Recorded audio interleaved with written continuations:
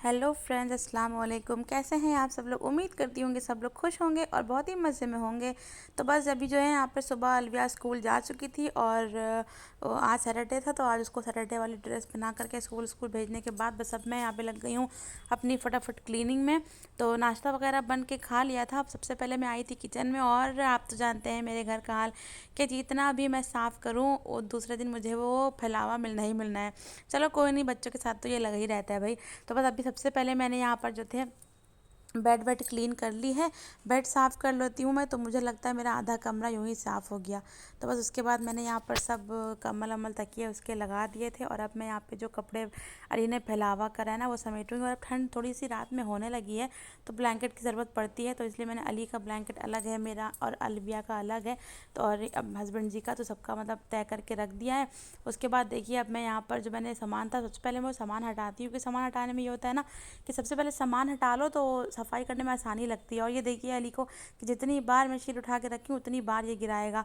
तो इसको जो है मतलब मेरे साथ यही है, लगा रहता है। लेकिन नहीं है कि छोटा बच्चा है, अकेले संभालना भी पड़ता है वरना कौन संभालेगा, कोई ऐसा संभालने वाला है नहीं। तो बस जी मुझे ये सब करना ही पड़ता है।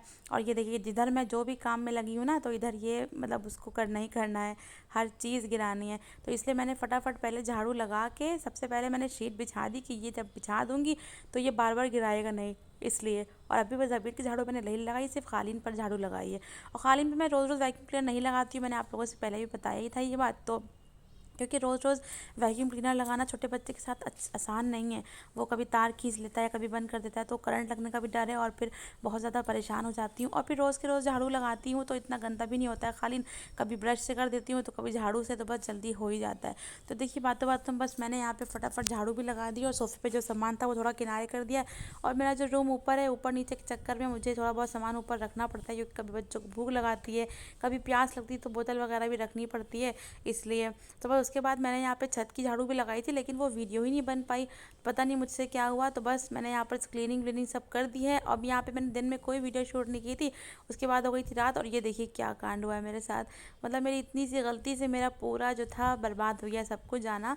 मैं ना शादी में मुझे जाना था अभी हम लोगों को रात में, और देखिए शादी में जाने से क्या हुआ कि मैंने अपना नया सूट निकाला और उसकी आस्तीन मुझसे प्रेस से जल गई। मुझे इतना अफसोस हुआ ना, असल में हमारे यहाँ जो था मेरा रॉड फ्यूज़ हो गया था, तो बस इसीलिए रोशनी भी आप लोग को कम लग रही होगी, उसमें मुझे दिखा नहीं और मैंने प्रेस देर तक वहाँ पे रख दी और वो कपड़ा हल्का भी था। तो फिर मैंने दूसरा कपड़ा यहाँ निकाल के दूसरे कपड़े अब मैं पहनूंगी। और अलविया को मैंने तैयार कर दिया था और अली सो रहा था, इसलिए उसको मैंने भी तैयार ही नहीं किया कि चलो ठीक है ये सो रहा है, हम लोग आराम से तैयार हो जाएँ, उसके बाद फिर जो है इसको तैयार करूँगी अलग से। और पहले मैं अलविया को तैयार कर लेती हूँ क्योंकि उसका देर का रहता है कि कंघी वंगी भी करनी है। हालांकि कपड़े वो खुद ही से चेंज कर लेती है लेकिन कंघी वंगी कर मुझी से करवाती है क्योंकि बाल बढ़े ना।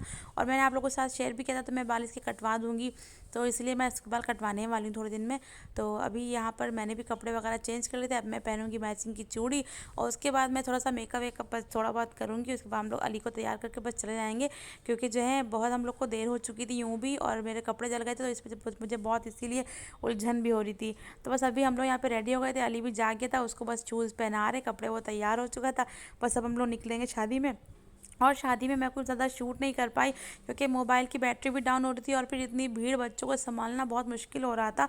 तो बस जितना मैंने शूट करा आप लोग के लिए उतना ही। और अब मैं इस व्लॉग को यहीं पे एंड करूँगी। उम्मीद करती हूँ कि आप लोग को आज का व्लॉग अच्छा लगा होगा। मिलती हूँ आपसे अगले नए कंटेंट के साथ, तब तक के लिए अपना ख्याल रखिए, stay safe, bye bye friends.